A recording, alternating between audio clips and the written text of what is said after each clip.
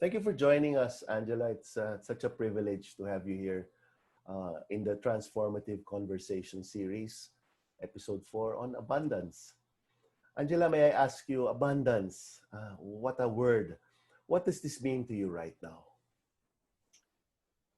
So, to be honest, it's a word that I struggle with because, um, and you and I have been on this journey for several months in discussing this, that there is this simple one, like it's got everything that you need, um, and everyone can has access to it. And then you're thinking, nah, not everyone does have everything they need. And after months of struggle, I've come to see that it is a way of seeing, that it is a way of being. And when I fall into this knowing that I am connected to the divine, to the universal, that I'm not separate, then I experience abundance. Now, granted, I do have all of my needs met. But even when I have all of my needs met, plus, it's so easy for me to fall out and say, I don't have enough. I don't have enough of this, and worry about that, and worry about this. But abundance for me has come to being able to stop and just see the extravagant beauty around me, the extravagance of nature. Like, whatever created everything around us, why did he, she go to such lengths to create such beautiful details? And that's a reminder to me of abundance, that there is enough. And another thing is to, if I'm in a place of knowing that whatever I need is coming from an infinite source, not from a limited source, then I can have whatever I want, or whatever I need, as long as it's not hurting somebody else. Angela, what would you say is your relationship with abundance right now? I will say, especially during COVID, um, it's been challenged. I've had to go from the surface level of abundance to dig deep. And I, in fact, it's like the universe that is just pointing out to me how much I have in relationships, Mm, in my health, mm, the quiet, especially before people started going back to work, I really started to notice nature and how it was sort of thriving without all of us humans moving around. Um, so I would say that my relationship with abundance has become more intimate. Um, and there's so many things that I thought I needed and that were important. And when so many things have been stripped away from us that mm. we thought were important, the really important stuff starts to surface. It's as though I've had a crash course on getting closer to wisdom or the wisdom traditions. But sometimes it's elusive. So Mm. I will think, oh, I'm not feeling it. I'm not feeling it. And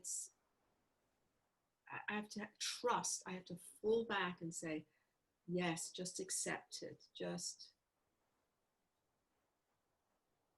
don't feel separate. And as soon as I get rid of that lie that I'm separate, I go back into this peaceful place of, yeah, it's all good. It's all good. There is a, I'm not separate from the divine plan. That's, that's, that's wonderful. In Thank you for that, Angela. Great reminder for myself as well.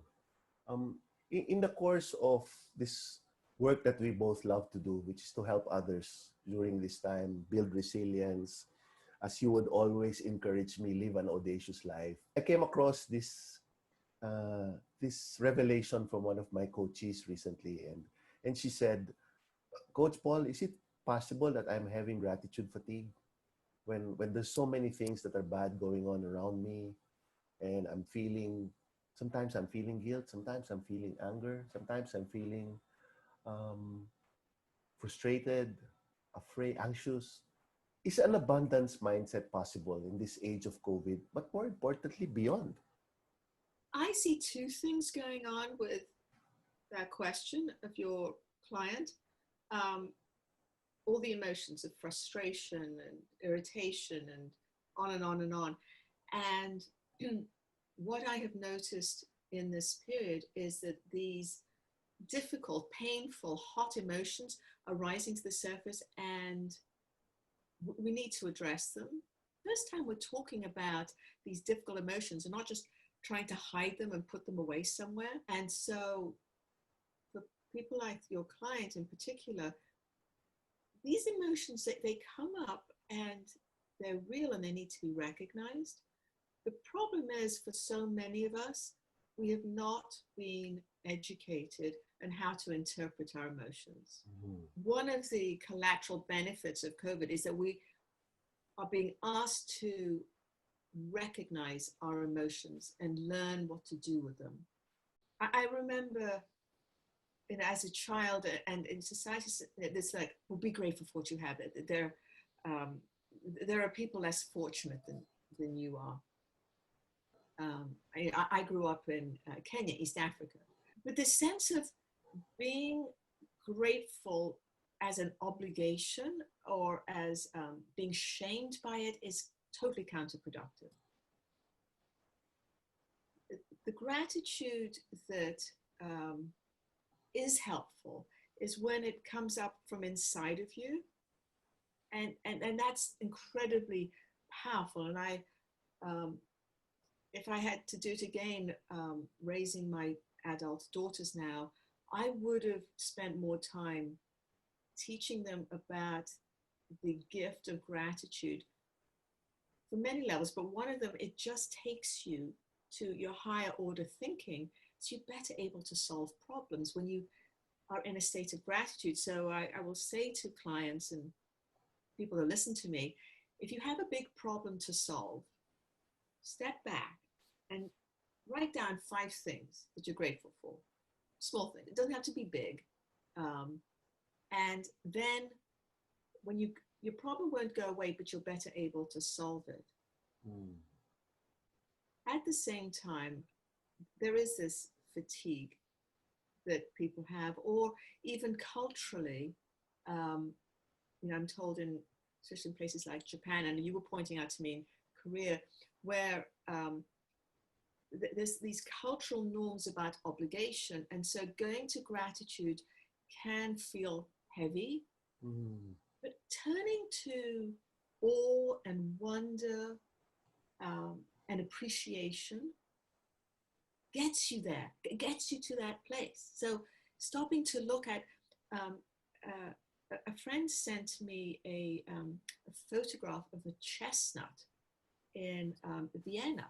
Well, it was the most beautiful thing. I just looked at it and I went, oh my goodness, why did nature go to such great lengths to produce something that looks like an incredible work of art?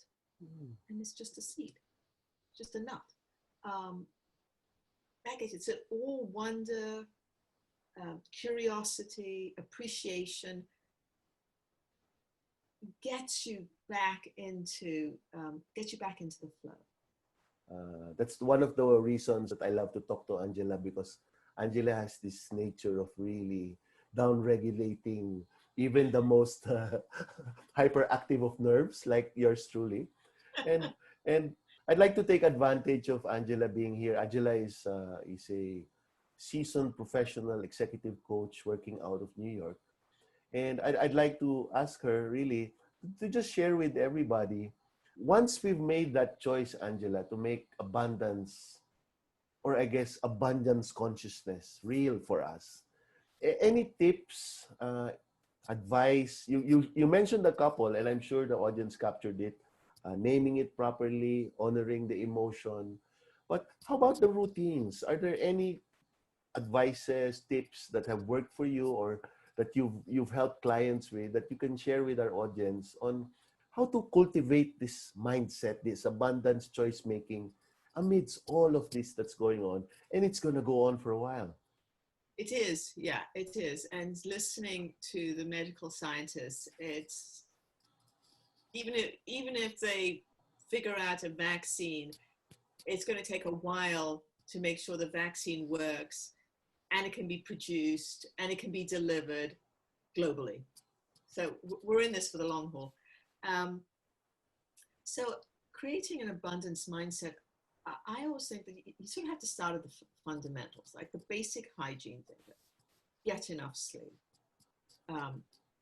eat and drink in a way to nourish your body, because you can't get to higher order things if you're not dealing with the basic.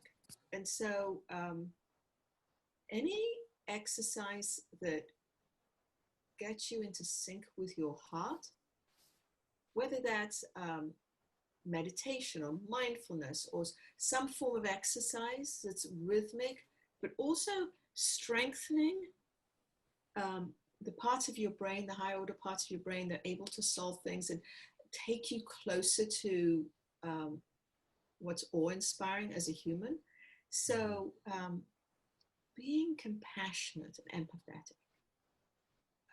And sometimes the first place is to start with oneself. That's really difficult. Being curious, exploring and being in more connection with your own values.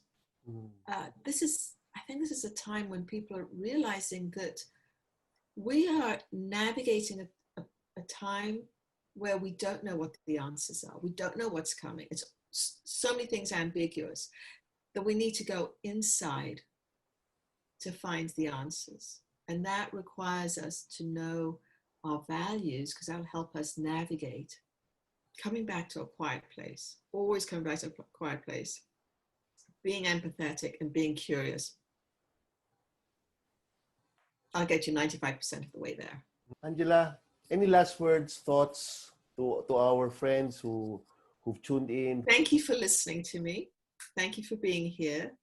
And I just want people to start to practice this, just to start being compassionate to themselves, because we're in here for the long haul. And this pandemic is reminding us how connected we are to each other, to the planet. And if we can hold on that we're all connected at a universal level, so much of the trials and tribulations that are real will be a little bit minimized, a little bit more bearable. We can be more creative in solving them. Yeah, so thank you. Thank you. Wonderful. Thank you so much, Angela. Ladies and gentlemen. Yeah. I'm so happy to have had you here, and it was something that we've been talking about. I know. And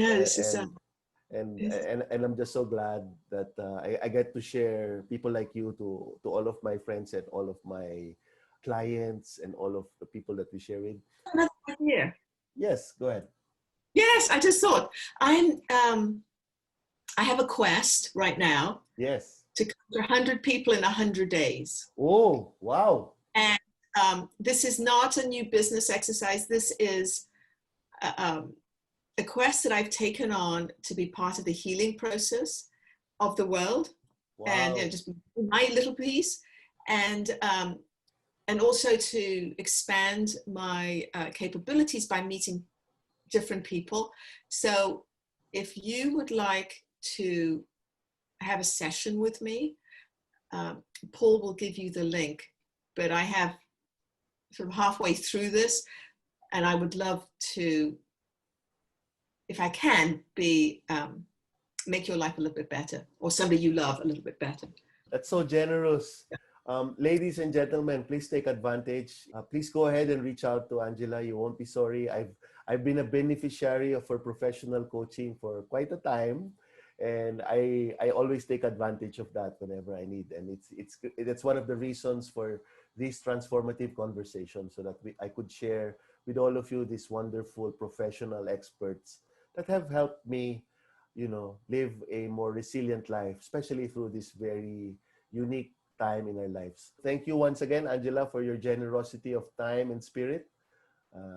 It's a pleasure. Please watch out for the next episode wherein we're going to talk with another friend of ours, Janine Smith, and we're going to talk about stories. So Yeah. thank you for joining us in this Okay, thank you. transformative conversation.